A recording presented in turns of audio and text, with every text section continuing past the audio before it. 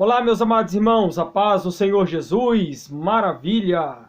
Mais uma semana estamos juntos e vamos fazer desta feita o comentário da lição de número 8.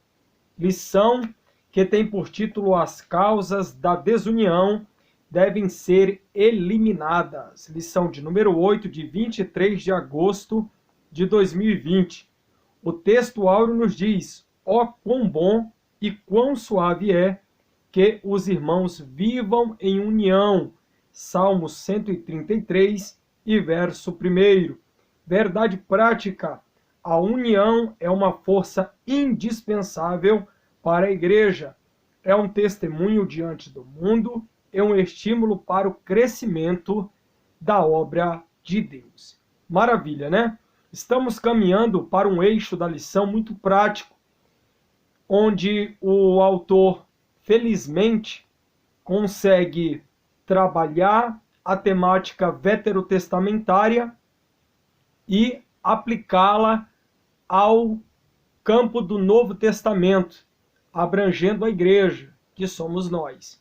E eu acho interessante a forma como ele pega a história de Neemias, esses capítulos que nós vamos estudar, a saber, o capítulo de número 5, da perícope do versículo 1 e depois do 6 ao 12, que vai estabelecer uma proposta conciliadora de Neemias à sua população e, posteriormente, fará essa aplicabilidade no Novo Testamento e contextualizando para nós que somos igreja.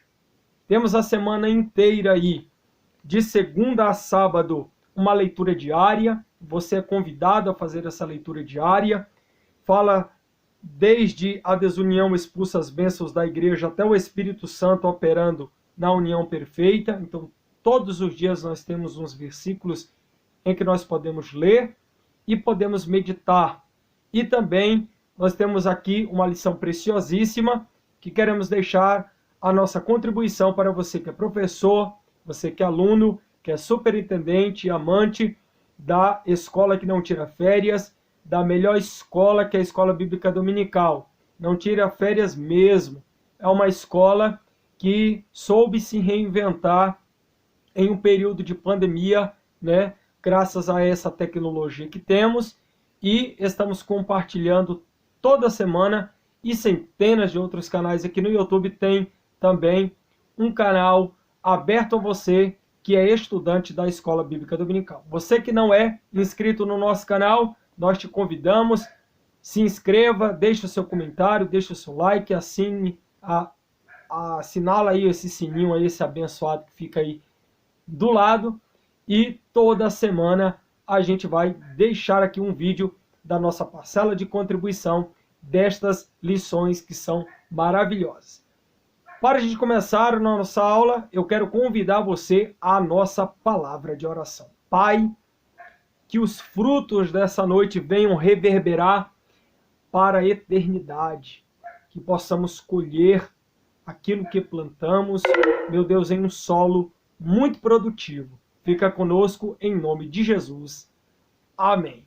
Meus amados irmãos, nós estamos diante do texto de Neemias, capítulo de número 5. Você pode perceber que desde a lição de número 1, estamos vendo de uma maneira muito panorâmica situações que o povo de Israel viveu depois do cativeiro babilônico.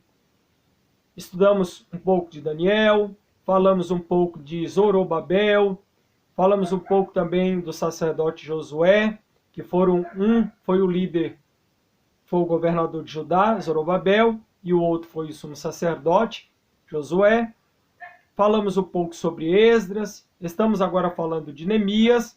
Portanto, todos os personagens que viveram aí pós-exílio babilônico, 70 anos de cativeiro babilônico, e nós estamos agora diante de um povo que foi recolonizado, foi recolonizar Jerusalém, foram se repatriar e encontrou uma cidade no caos. Os povos vizinhos que moravam lá pouco se interessaram em fortificar a cidade, fazendo seus muros, reedificar o templo, porque eram povos pagãos que adoravam outros deuses e não se importaram de edificar a cidade de Jerusalém. Coube ao povo de Israel, sob liderança forte destes personagens que eu já falei, alguns com uma certa repreensão da parte de Deus, como Zorobabel e Jesua, e outros como profetas, fazendo com que o povo pudesse se voltar às construções que eram precisas para a edificação, tanto do templo, posteriormente dos muros, e a retomada da adoração verdadeira ao Deus Yahvé. Então, quando eles retornam a Jerusalém, eles percebem um cenário hostil, um cenário de caos, um cenário de extrema injustiça social. Quem tinha, tinha. Quem não tinha, padecia necessidades. Quando eu falo que quem tinha era aqueles que tinham alguma reserva, algum dinheiro, alguma posse, alguma propriedade, mas a grande maioria eram de pessoas pobres, eram de pessoas que estavam à margem dessa sociedade. Não havia, talvez, uma classe social muito definida, a despeito de que o autor da lição fala sobre classes sociais, mas essas classificações, elas, majoritariamente, elas sempre é tida daquele que tem e daquele que não tem. Não deixa de ser uma separação nessa estratificação social de Judá. Faz-me lembrar também essa passagem dos tempos de Amós, quando profetizava contra as injustiças sociais. Isso é algo histórico, sistêmico e pertinente ao longo da história da humanidade. Nós observamos injustiça social no nosso país. Não precisamos apontar o país vizinho ou os países que fazem fronteira com o nosso Brasil, que tem uma extensão aí continental, mais de 16 mil quilômetros de fronteira, e a gente não precisa ir ao país vizinho para constatar certas injustiças sociais que estão em todas as camadas, em todas as classes sociais do nosso país. Infelizmente isso acontece, mas não é algo novo, não é algo inédito. Isso aí não é algo que chegou hoje e todo mundo está sendo pego de surpresa. Não, felizmente a corrupção ela é muito sistêmica. Ela parte do coração do ser humano que, uma vez que não volta a sua vida a Deus, o seu coração a Deus, que não teme ao Senhor e que não serve como Senhor e Salvador da sua vida, tende a postular os seus comportamentos, suas teorias, as suas invencionices, a sua prática de vida, tendenciosamente aquilo que nós vamos chamar de corrupção, de injustiça social. A gente percebe que em algumas classes mais abastadas há sempre um superávit maior econômico, há sempre uma porta aberta a mais, há sempre vantagens e facilidades, enquanto que ao pobre, este se é esquecido, e Jesus mesmo falou que os pobres, nós sempre teria, né? Sempre existiria os pobres. E infelizmente, muitas das vezes não voltamos o nosso olhar para esta que seria uma tendência da teologia da libertação, por exemplo. Quando eu falo teologia da libertação, não estou falando de expulsar demônio. Teologia da libertação é uma teologia com uma praxis bastante social, com um viés bastante social. O Leonardo Boff é um dos grandes proponentes dessa teologia da libertação, e muitos outros escritores, tanto os brasileiros quanto da América Latina, e a gente consegue perceber essa ascensão, né, ou pelo menos essa militância da teologia da libertação para um olhar para o pobre, para o descamisado, para o marginal, para aquele que está à margem da sociedade. Então nós vamos ver aqui que você professor, e aqui nós deixando a nossa parcela de contribuição, temos um objetivo geral, que é destacar que a união é indispensável para o crescimento e sustentabilidade da obra de Deus. Obviamente que a gente vai trabalhar uma questão bastante prática aqui, e os objetivos específicos, que são 3 nessa lição: explicar que a união caracterizada no período pós-exílio serve de referência para a igreja. Interessante esse primeiro tópico aqui, esse primeiro objetivo específico. Segundo, expor a injustiça social que ameaçava a união dos judeus nos tempos de Neemias. Você vai perceber que já existia esse tipo de injustiça social e muitas outras com relação ao tempo, né, ao contexto em que Neemias vivia. E terceiro, mostrar as medidas adotadas por Neemias para manter um povo unido em um só propósito. Em aulas anteriores, em vídeos anteriores, eu falei que Neemias, ele foi um homem que teve um cargo de confiança do rei Artaxerxes. Era copeiro, e não só copeiro, por assim dizer, só aquele homem que provava ali o vinho do rei e ponto final. Não, era muito mais além. Era um cargo de confiança. Parece pressupor pelas entrelinhas no começo do livro de Neemias que já havia algum tempo que ele servia ao rei naquela função, e obviamente com um cargo de confiança, numa cosmovisão um pouco mais política, a gente consegue perceber esse acesso.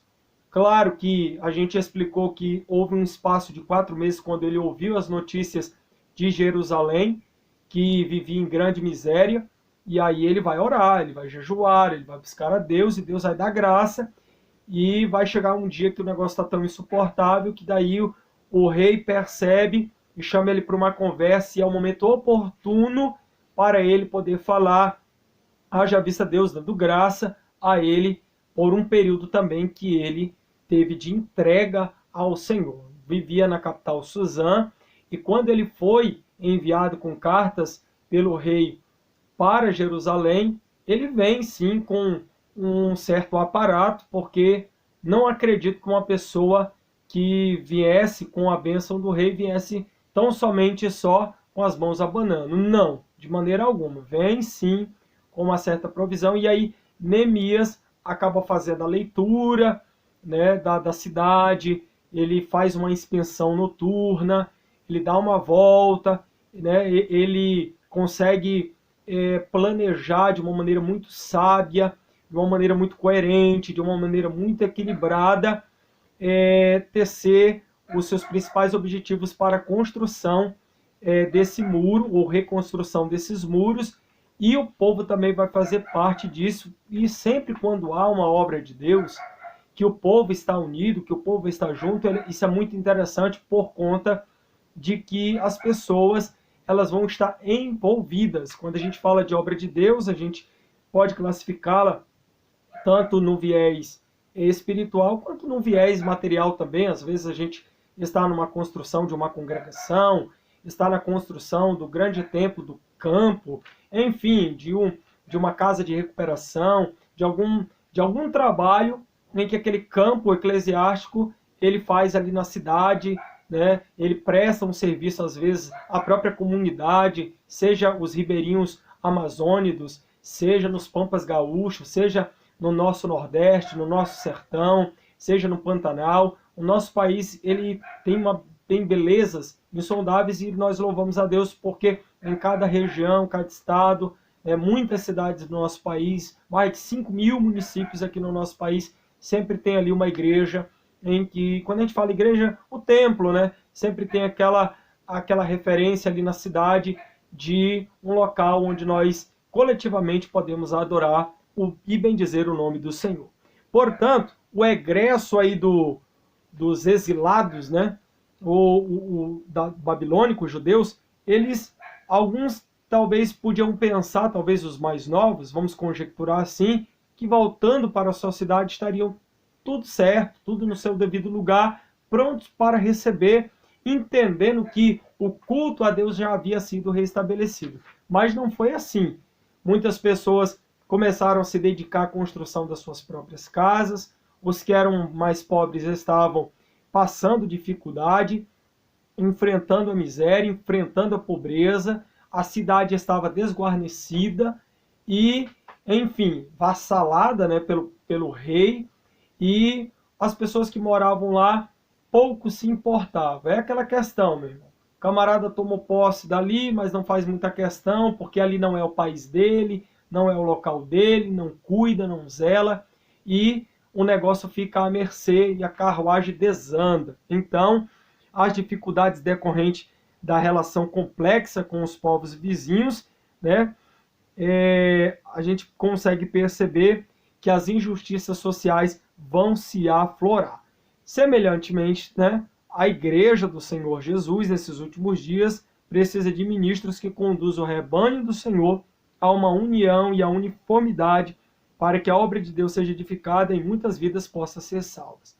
Se você já se deparou, se você já esteve de passagem em uma cidade que de repente, naquela cidade, naquela igreja onde você foi visitar, o campo está passando por uma dificuldade muito grande, uma dificuldade às vezes do pastor que acabou lesando ali a igreja, ou aconteceu algum tipo de escândalo, isso tudo é prejudicial para a comunidade, para os cristãos, para as pessoas que estão vivendo naquele contexto. Jesus nos alertou, ai daquele, né, por quem viu o escândalo, né, ai daquela pessoa que se deixar, né, ser porta aí para escândalos. A gente precisa evitar isso ao máximo, por quê? Porque às vezes um determinado canal midiático fútil, ele pode denegrir a imagem, né, daquela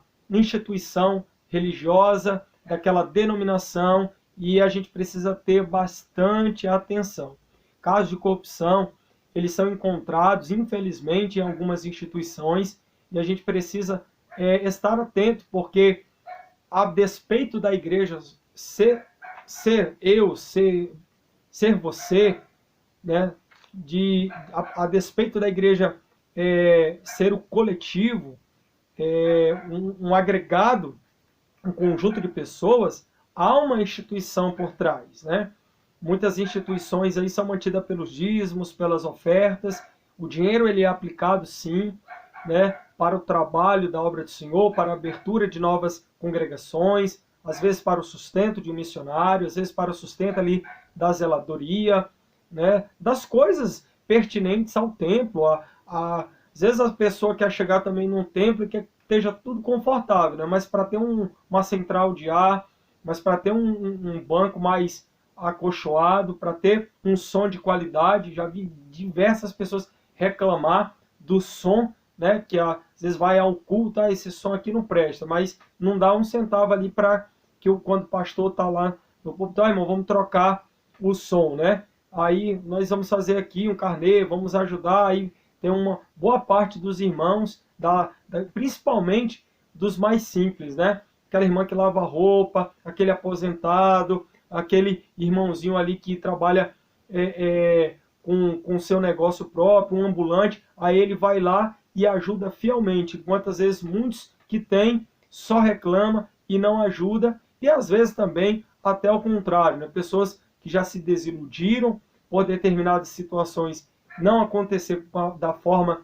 em que o pastor falou, e aí, de repente, ele fecha a mão. Mas as instituições, elas são mantidas sim, de alguma maneira. Quando eu falo instituições, eu estou aqui por reduzir um pouco as instituições evangélicas, que a grosso modo, elas são ali subsidiadas, né, pelo dízimo, pela oferta, por aquilo que entra, para poder reverter, né, para o ambiente em que os crentes estão vivendo, correto? Ou pelo menos desfrutando daquele momento do culto coletivo e etc, né? Eu nunca vou me esquecer de um pastor amigo meu, que na minha primeira congregação, quando nós fomos dirigir, há mais de 10 anos atrás, ele falou que uma das coisas mais importantes que uma congregação deve ter é o banheiro, né? Porque já pensou, alguém passa mal, né? Aí você tem ali um banheiro, e depois ele falou ali de um estacionamento, mas aí também depende muito, né, do contexto onde você está vivendo. Mas enfim, se a gente for pontuar prioridades dentro de uma congregação, esse campo vai ser muito relativo, né? Uns vão priorizar a prioridade das prioridades e etc. Mas eu entendi ali que aquele meio que ele me ensinou, realmente uma congregação precisa de ter um banheiro, precisa ter alguma coisa de apoio para aquele conjunto de pessoas que estão ali cultuando ao Senhor. Correto? Então, nessa lição, a gente está vendo aqui que um conflito surgiu entre as diferentes classes sociais e como esse problema foi solucionado. Primeiro tópico que você vai trabalhar com os teus alunos no próximo domingo: a união caracterizava, né, os judeus libertos do cativeiro.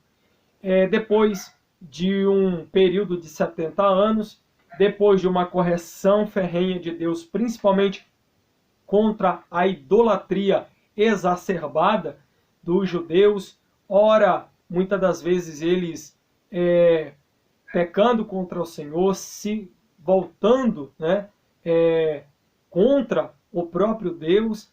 Enfim, há uma gama de situações que aconteceu na história do povo de Israel. Então a gente percebe que agora, neste retorno, pelo menos a união era algo que caracterizava esse povo, e somente o povo judeu poderia voltar para Jerusalém, como foi visto na lição passada.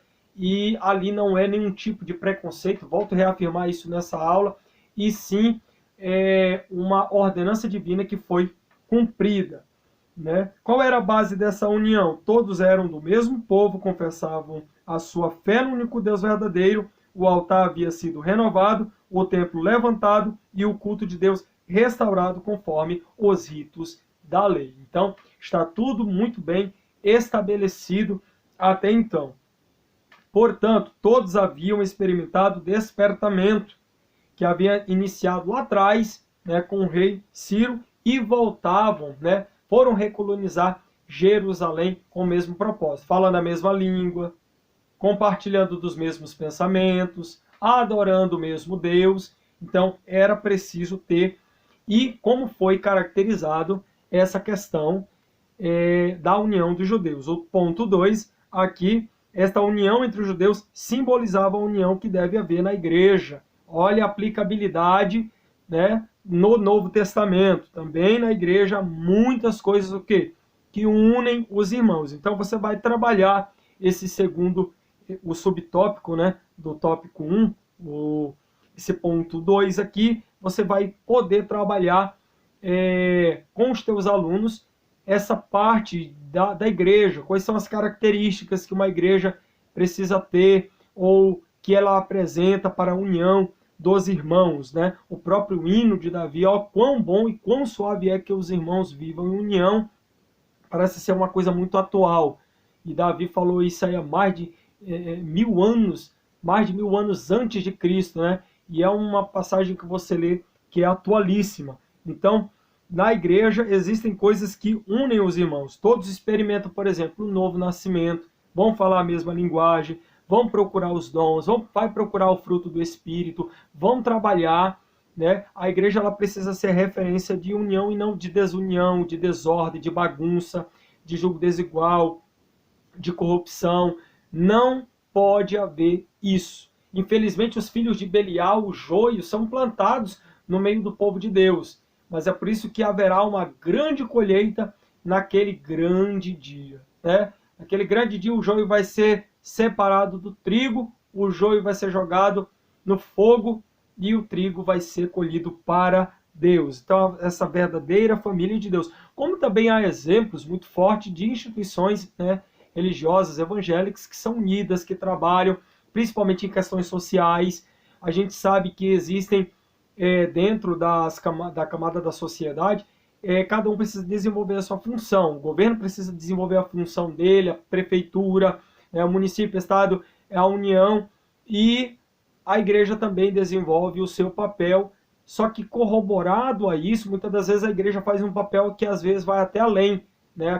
Aquela instituição, aquela igreja, né? Vou dizer aqui da Assembleia de Deus, da qual eu sirvo. Então, já vi muitas Assembleias de Deus do nosso ministério que tem casas de recuperação, que tem trabalhos missionários, trabalhos sérios, pessoas sérias, né? A gente não pode sair relativizando, dizendo que todo pastor é bandido, que todo não sei o que é isso. Não podemos fazer isso. Existe muita gente séria, né? Tem gente que banaliza o movimento evangélico, acha que o movimento evangélico não tem nada a ver com o circuito cristão, é mentira do diabo. Tem muita gente séria, tem muita pessoa que trabalha, tem muita gente que levanta a cabeça, tem pessoas que começou, né, lá de baixo, no primeiro amor, há 60 anos atrás, né, pregando, e ali foi crescendo, crescendo, crescendo, e hoje pega, vira as costas, diz que o movimento evangélico não vale nada, que isso, que aquilo. Nós não podemos jogar todo mundo dentro de um saco, né, e dizer assim, não, isso aí não presta, não é nada disso. O movimento pentecostal assembleiano está aí há mais de 100 anos. Muita gente falou que ia falir, que ia parar, que ia acabar, que ia sucumbir por causa das ondas, né? Se você ler Paul Freston, a tese de doutoramento dele, você vai ver 3 ondas do pentecostalismo, né? Falou que depois da terceira onda, com o neopentecostalismo, isso ia acabar, mas o movimento continua, não é verdade? O movimento persiste, da mesma forma que nós falamos na semana passada de movimentos que aconteceram na Europa. Muitos deles passaram, mas deixaram a sua semente, deixaram o seu legado. Se você achar que eu estou falando algum tipo de bobagem, então por que você acha que existem instituições evangélicas, religiosas, cristãs, que seguem, por exemplo, a teologia calvinista, outros que seguem uma linha mais arminiana? Por quê? Porque ficou o legado. Então não tem esse negócio. Houve um movimento, sim, a partir da Idade Média, né, ou pós-Idade Média, no começo da era renascentista, e que ficou até hoje. Você vai ver, um mundo é muito grande, você vai ver pessoas que até hoje levantam a bandeira do pietismo, do puritanismo, dos quáqueres, enfim, de muitas organizações de movimentos que aconteceram e que até hoje você vê aí os remanescentes desses trabalhos, né? Então, nós estamos trabalhando aqui no Brasil, o movimento pentecostal, até hoje, a Assembleia de Deus até hoje está de pé, pela graça de Deus, e tem desenvolvido muitos trabalhos sérios ao longo desse Brasil afora. Se você encontrou alguma que de repente não fez, ou que falhou, mas isso aí que vai com Deus, né? Mas uma grande parte, uma grande maioria, trabalha assim com muita seriedade para que a obra de Deus ela siga avante. Correto? Então você vai ter aí todo um know-how, né, no tópico 1 para trabalhar qual era a base dessa união, aí no que tange o povo judeu. Segundo, vai fazer essa aplicabilidade, né, a questão da igreja, os crentes, né, sentem um apoio espiritual para a sua vida, vivem cercados de pessoas que muitas das vezes são contrários à fé, são alvos de crítica e de isolamento, por isso que a igreja precisa chegar junto, ambientar, né? E a igreja precisa realmente estender esse braço fraternal aí, para que a união venha predominar, né, entre os irmãos. Então, na igreja, levamos a carga um dos outros, Gálatas capítulo 6, versículo 2, a união nos faz forte, né? Tem uma pedra sozinha, não pode ser levada ou jogada, porém, quando estiver edificada dentro do muro, é mais difícil de tirá-la. 1 Pedro, capítulo 2, versículo 4 e 5. Vai ter aí uma metáfora um tanto quanto análoga com relação à questão do corpo, né? Cristo é a cabeça e nós somos o corpo, né? A união de todos nós forma um corpo. Então, essa união ela é verdadeira. Por quê? Porque ela é uma união em Jesus Cristo, né? O nosso sumo sacerdote. Então a gente precisa estabelecer esse ponto de partida aqui dessa discussão muito boa com os nossos alunos. O autor de Eclesiastes já dizia, o cordão de 3 dobras não se quebra tão depressa. Eclesiastes capítulo 4, versículo 12. E a síntese do tópico 1, você trabalha aí o ministério da Igreja de Cristo formada pela união, entre os judeus e gentios, estivera em oculto desde a eternidade. Então, essa é a síntese do tópico 1. Tópico 2. A união dos judeus estava ameaçada. Qual era a ameaça? A desigualdade social, a injustiça social, o quadro financeiro, exatamente, o quadro financeiro do povo de Israel. A vida dos que voltaram para a Babilônia foi uma vida bastante difícil, esse recomeço. Recomeço nunca é fácil. Muitos eram obrigados a tomar dinheiro emprestado. Nós vamos ter algumas classes de pessoas no capítulo 5 de Neemias, os nobres, os oficiais, aquelas pessoas que tomaram dinheiro emprestado. Temos aí um prelúdio de uma agiotagem. Temos as pessoas que não tinham absolutamente nada, que pediam literalmente trigo para não morrerem de fome, e nem os seus filhos, e pediram auxílio dos seus compatriotas, e quem tinha, muitas das vezes, não queria repartir com quem não tinha. Então, o capítulo de número 5 de Neemias está destacando a desigualdade e a injustiça social. Ora, nós vivemos em um país que tem muitas desigualdades sociais. Não dá para você comparar o Brasil, por exemplo, com uma França da vida. Na França, em 1200, já existia universidade. O Brasil foi roubado em 1500. Só temos 500 anos de idade. O Brasil caminha há algum tempo para sair da condição de país emergente, para se destacar como pelo menos uma das 20 economias do mundo. O nosso país é um país muito rico, mas as desigualdades sociais, elas são patentes a todos nós. Basta a gente ouvir um jornal pelo rádio, ler na internet, assistir um noticiário, e a gente vai perceber a desigualdade. Não precisamos muitas das vezes nem disso. Se a gente andar na cidade onde a gente mora, a gente consegue perceber lugares de alto padrão e lugares de aspectos mais pobres. E a gente vai percebendo isso na sociedade como algo, muitas das vezes, muito normal. E o tempo vai passando, quem é pobre, cada vez mais vive sem o seu recurso, quem é rico vai aumentando as suas cifras, e infelizmente a gente vive num mundo e num país de sérias desigualdades e de injustiças sociais. Trabalhadores que ganham um salário mínimo e outros que fazem uma carga horária bem reduzida, ganhando salários estratosféricos. Isso aqui fala muito conosco, fala muito com a realidade de onde a gente mora. Volta a falar que não precisamos ir aos países vizinhos, basta a gente lançar o nosso foco no país onde a gente vive. Quais são os governantes que a gente está colocando no poder? Eu não estou fugindo da Bíblia, estou fazendo uma aplicação do capítulo 5 de Neemias, e às vezes a gente fica muito tapado com relação à aplicabilidade da Bíblia no nosso dia a dia. Qual é a função de pregarmos a palavra de Deus se não contextualizarmos? O apóstolo Paulo fazia isso de forma brilhante, usava suas metáforas, ele conseguia trazer o ensinamento da palavra de Deus à luz de gregos, de bárbaros, de citas, de judeus. O que nós estamos fazendo? Em que contexto estamos inseridos? Qual é o tipo de colaboração que estamos dando à nossa sociedade? Esse ano é ano de eleição. As eleições foram adiadas aí para novembro, eleições municipais, onde vai se eleger um prefeito, um vereador.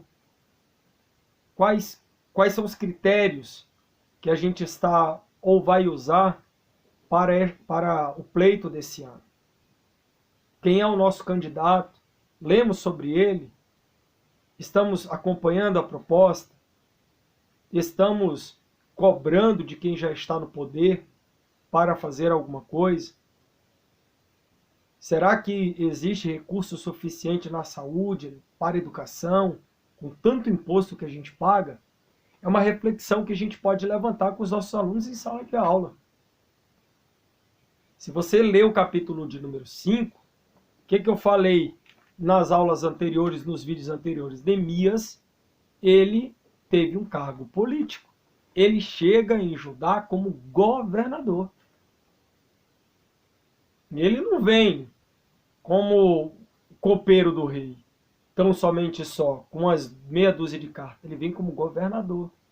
E ele propõe uma solução pacífica. E ele vai mais além. Ele diz que governadores que o antecederam fizeram foi cobrar tributos, uma carga maior, a ponto de fazer com que a população, o povo, sofresse.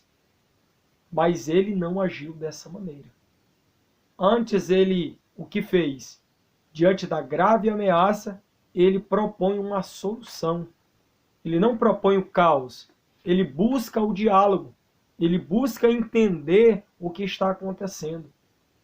Vamos pegar mais uma vez o exemplo aqui dessa pandemia que a gente vive. Quais são as melhores estratégias que os nossos governantes devem usar para um momento tão atípico que a gente está vivendo? Essa semana, um senhor estava parado assim, e eu passei, fui resolver uma situação, e ele disse assim: eu nunca pensei em vivenciar o que a gente está, né, vivendo nesses últimos dias. E eu disse: meu senhor, isso é o prenúncio da volta de Cristo. Queira o senhor acreditar ou não, a gente precisa estar preparado. Aquele senhor ficou pensativo. Como é que não fica pensativo, né? Se ele nunca tinha visto isso em toda a sua vida. E olha que esse senhor aparentava já ser de uma idade bastante avançada, usando máscara, quase que agoniado com aquela máscara. E a gente foi um momento certo da gente poder inserir um pouco da palavra de Deus. Aquela pessoa que parecia tão desiludida, né, tão incrédula ao momento em que estamos vivendo. Quais são as ações pertinentes que os nossos governantes estão fazendo? O que a Igreja do Senhor Jesus na Terra pode promover além de lives, né? Para além das lives, para além dessa tecnologia, para fazer com que o Evangelho produza transformação? É algo para se pensar. Deixa no comentário, né? Chama a gente no privado, vamos debater, vamos levantar a questão, porque não é uma coisa muito fácil. Mas Neemias, ele vai propor uma solução, é o que a gente vai estudar no tópico de número 3. Só que aqui no 2, o pastor Eurico Bergstein faz um apontamento que eu achei muito legal. Como se explica essa grande injustiça? Fazendo uma aplicabilidade num óculos do Novo Testamento, ele diz, em primeiro lugar, ele deixa na caixa alta aqui, né? Falta de amor. Quando Jesus repreende o pastor de Éfeso, em Apocalipse capítulo de número 2, a observação que ele faz àquela igreja é que aquela igreja precisava voltar ao primeiro amor. Sem amor, não tem conversa, meu amigo.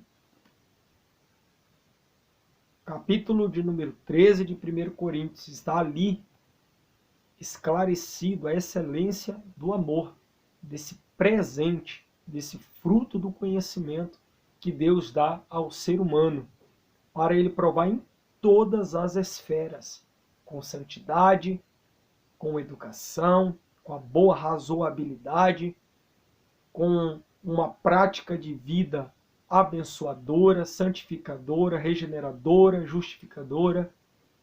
É essa excelência que está faltando em nós. Às vezes queremos ser um marido melhor, um obreiro melhor, um filho melhor, um pai melhor, um cidadão melhor, mas a gente precisa recorrer ao amor. Um amor dado por Deus, concedido por Deus, amor dado pelo seu Filho Jesus Cristo, que morreu na cruz do Calvário, e que precisamos internalizar essa proposta de amor. essa proposta da caridade, da solidariedade, de algo que vai além das nossas falas. Algo que a gente precisa promover. Estamos diante de um fato aí que aconteceu essa semana, de uma menina, né, que infelizmente caiu nas garras de mais um pedófilo. E grande foi a repercussão. Alguém de confiança da família. E olha toda a situação que envolveu a mídia e uma centena de jornais. O que falta, meu amigo? Falta amor, falta responsabilidade, falta o cuidado, o zelo com uma criança, com um adolescente, com um ancião. A falta de amor, esse amor retirado, inexistente, é uma atuação demoníaca. Porque se Cristo traz a proposta de amor, o diabo traz a proposta do ódio. Se Jesus Cristo traz a proposta da solidariedade, o Satanás traz a proposta da desilusão, da solidão, do isolacionismo. E por assim vai. É uma guerra, um dualismo. Platão já falava sobre isso. Estamos diante realmente de um dualismo. É céu ou inferno, é amor ou é maldade? A gente precisa parar para pensar. E dentro do contexto em que Neemias está vivendo, ele conseguiu fazer uma leitura perfeita de uma falta de amor. A atitude dos ricos era uma expressão de dureza contra os seus irmãos. Ora, não tinha voltado para Jerusalém só os que eram judeus? O que caracterizava eles ser todos irmãos. Mas o homem é o lobo do homem numa guerra de todos contra todos. Hobbes, estou citando de novo aqui o filósofo. Há uma guerra, há uma peleja. Quem tem quer mais, quem não tem está lutando para ter. Parece ser clichê, mas é o que a gente presencia. Estamos imersos num contexto de pobreza, de tributos. A fatia mais gorda que leva é uma minoria. E a outra extremidade é de pessoas que estão à mercê, sem emprego. Este é um tema que precisa ser debatido, que precisa ser discutido, que precisa ser praticado.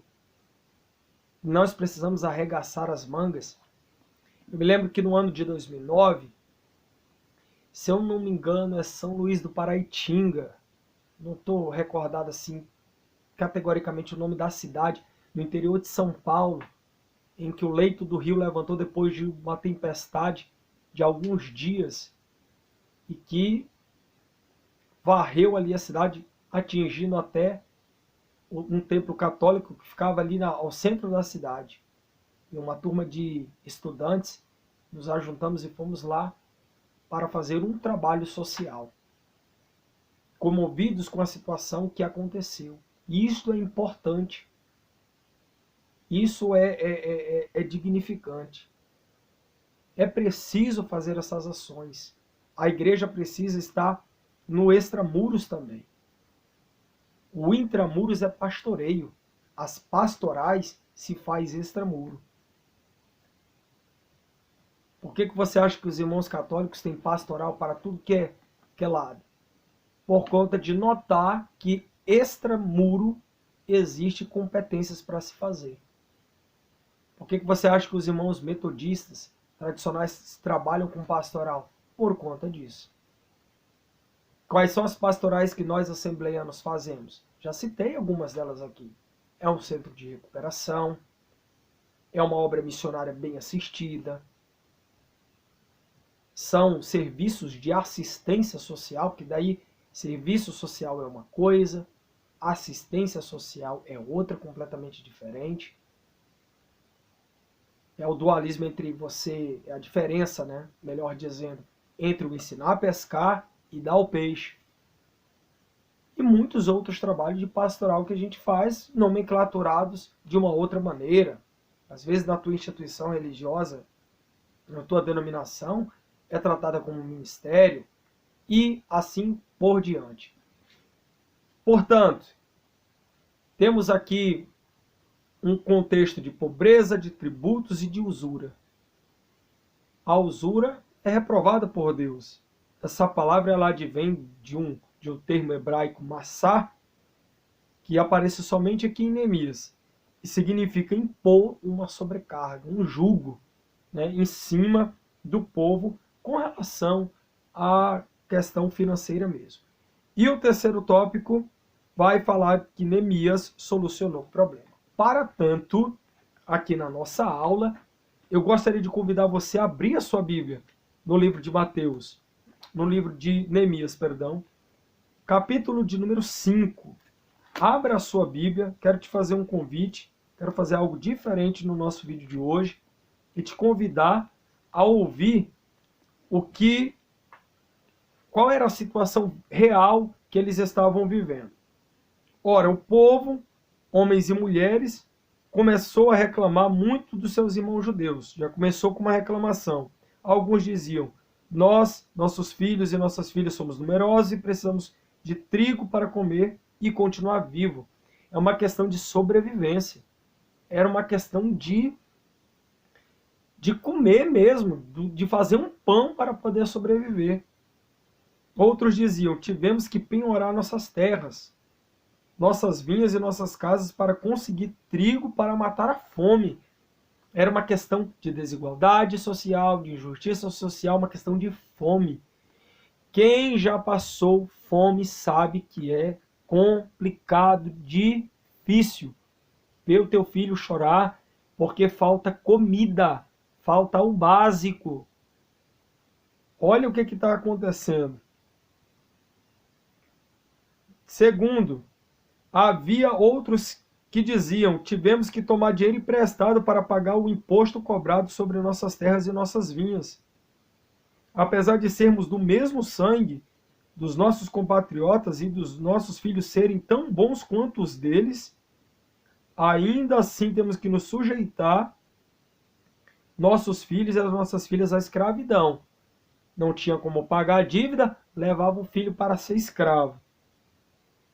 E de fato, algumas de nossas filhas já foram entregues como escravas e não podemos fazer nada, pois as nossas terras e as nossas vinhas pertencem a outros. Agora você imagina que na condição de escravas as filhas deviam padecer na mão dos seus senhores em todos os aspectos e o pai aqui rendido sem poder fazer. Quando ouvi a reclamação a essas acusações, fiquei furioso e fiz uma avaliação de tudo e então repreendi os nobres e oficiais dizendo, vocês estão cobrando juros dos seus compatriotas, por isso convoquei uma reunião contra eles. E aí ele complementa, na medida do possível nós compramos de volta nossos irmãos judeus que haviam sido vendidos aos outros povos. As filhas dos homens estavam sendo levadas escravas para senhores das regiões ali vizinhas e de povos pagãos que viviam ali, que já estavam ali quando eles estavam no cativeiro babilônico. Agora você imagina, né? Na sequência, agora vocês estão até vendendo os seus irmãos. É uma exclamação que ele faz. Assim, eles terão que ser vendidos a nós de novo. Eles ficaram em silêncio, pois não tinha resposta. Ou seja, aqui Neemias agiu com sabedoria e com autoridade para falar com esse povo. Ele na qualidade de governador, amparado pelo rei Atarxerxes também, mas amparado mais ainda pelo Deus de Israel. Quando a gente cita que ele está amparado pelo rei Atarxerxes, é porque ele vem com a comitiva para a missão de reconstrução dos muros. Mas amparado por Deus era para que no campo espiritual a vitória viesse e fosse solucionado um problema de desigualdade, e ele na qualidade de um político, porque ele era um governador, ele agiu com sabedoria, assim como Salomão muitas vezes agiu também com sabedoria para julgar determinadas situações. E aí ele diz, ele convoca, né, sacerdotes, convoca aí as chefias, convoca os oficiais, né?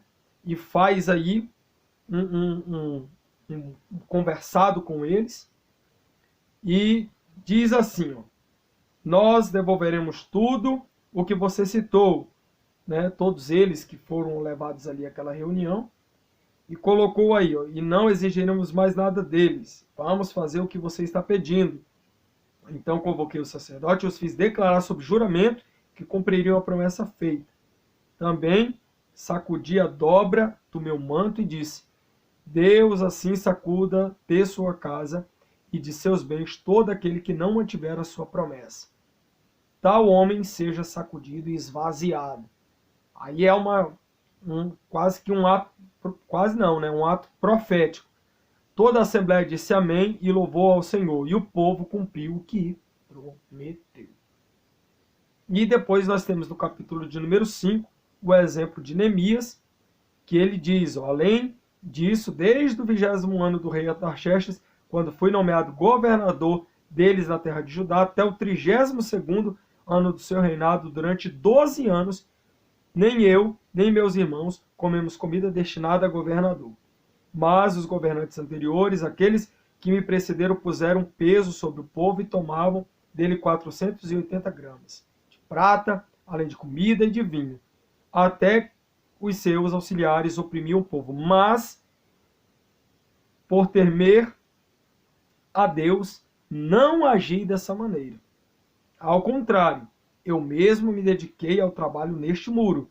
Todos os meus homens de confiança foram reunidos ali para o trabalho e não compramos nenhum pedaço de terra. Ou seja, não houve ganância, não houve jeitinho, não se superavitou nada, não roubou dinheiro, não escondeu, não se deturpou a missão, não foi um homem vendido. Veio para restabelecer o muro e restabeleceu. Além do mais, 150 homens entre os judeus do povo e seus oficiais comiam à minha mesa. Olha aí. Como também pessoas das nações vizinhas que nos vinham visitar. Todos os dias eram preparados à minha custa um boi, 6 das melhores ovelhas e aves, e a cada 10 dias eu recebia uma grande remessa de vinhos de todo tipo. Apesar de tudo isso, jamais exigia a comida destinada ao governador, pois eram demasiadas exigências que pesavam sobre o povo. Lembra-te de mim, ó Deus, levando em conta tudo o que fiz por esse povo. Aí é uma oração que Neemias faz e o exemplo fica, né? Tem um adágio popular que diz que o exemplo, ele arrasta, né? E a gente precisa prestar bastante atenção nesse exemplo de Neemias, porque é algo para além do profético. É para o social também. É para aquilo que envolve o cidadão, a pessoa em si.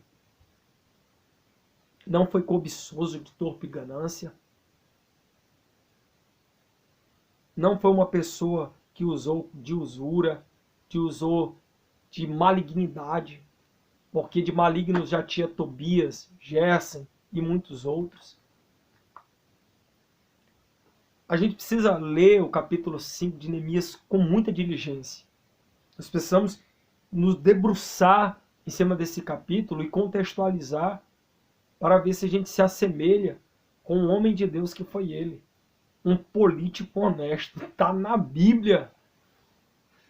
Você vai dizer que o cara não era político, meu irmão? Você vai dizer que o camarada não era governador? O que é um governador? Se não um homem de uma gestão pública. Está na Bíblia. Neemias era melhor do que eu e você? Não existe ninguém melhor do que ninguém, mas ele fez o papel dele. E aí todo mundo coloca a culpa no sistema. Todos. Eu coloco a culpa no sistema, porque o sistema quem vai entrar lá esse ano vai se corromper, blá blá blá. Nós nos tornamos praticamente um apolítico. Mas somos alienados, não queremos estudar, não queremos cobrar, não queremos nos inserir, porque isso não é o nosso papel. Nosso papel é a igreja. E aí o papel, nós somos cidadão do céu, não somos cidadão da terra. Mas quem tiver jeta aqui. Na verdade não é assim. Aí é uma guerra partidária. Aí é um fogo cruzado. Mas essa lição, ela vem, para além de tudo isso que a gente conversou, nos mostrar que Deus tem o controle de todas as coisas. Absolutamente todas as coisas. Ele dá a vida, tira a vida, ele ordena, ele separa, ele corrige, ele repreende, ele renova, ele levanta, ele abençoa. Ele é Deus. Ele coloca as pessoas certas, nos lugares certos. Em absoluto, Deus é poderoso. Tópico de número 4, a paz voltou a reinar entre os judeus após aí um problema, um grande problema, uma grave ameaça a ser solucionado. Surgindo um problema entre os irmãos, deve logo ser tratado com muita diligência e problemas relacionais devem ser tratados carinhosamente. Louvo a Deus pelo pastor que tenho no nosso campo aqui em Maringá e muitos outros pastores, amigos meus, homens de Deus que estão espalhados por esse Brasilzão. Que esse tópico de número 4 é um tópico mais prático, que a gente pode usar bastante aqui, de conversar com os nossos alunos à luz da nossa própria realidade. Mas nós louvamos a Deus por esses homens de Deus que estão nas suas congregações, nos seus trabalhos, nos seus campos eclesiásticos. Deixo essa palavra celebrando a Deus e celebrando a importância de que todas as coisas aconteceram a partir do óculos divino, da autorização divina, do olhar divino, do olhar curador, redentor, salvador. E nós glorificamos a Deus por tudo o que Ele tem feito pela história do seu povo. Somos muitas das vezes ingratos, falhos, pequenos, muito ingratos somos muitas das vezes por todas as bênçãos. As misericórdias do Senhor são novas a cada manhã. É por causa delas que nós não somos consumidos. Lamentações, capítulo de número 3, a partir do versículo 22. Nós não somos consumidos, não somos condenados com esse mundo. A graça do Senhor nos alcançou. Fique com essa reflexão. Deixa teu comentário. Se você não é inscrito no nosso canal, se inscreva. Deixe sua pergunta teológica. E que Deus em Cristo te abençoe de uma maneira muito especial. Até semana que vem. Medite, leve essa pauta para os teus alunos. Você que é professor, você que é aluno, leve seus questionamentos ao seu professor. Você que é superintendente, Deus te abençoe. E eu mando um grande abraço aqui a todos os meus amigos pastores que estão exercendo o seu pastoreio nos mais diversos estados e cidades desse Brasil. Um abração ao canal Fé em Foco, ao meu amigo pastor Daniel Vale. Nós queremos mandar um grande abraço aí para o pessoal do portal EBD, mandar um abração aí para todos os irmãos que nos seguem toda semana aí, tiram tempo para assistir esta que é a nossa pré-aula, a nossa contribuição bíblica, teológica, doutrinária, pela infinita misericórdia de Deus. Até semana que vem, Deus te abençoe em nome de Jesus.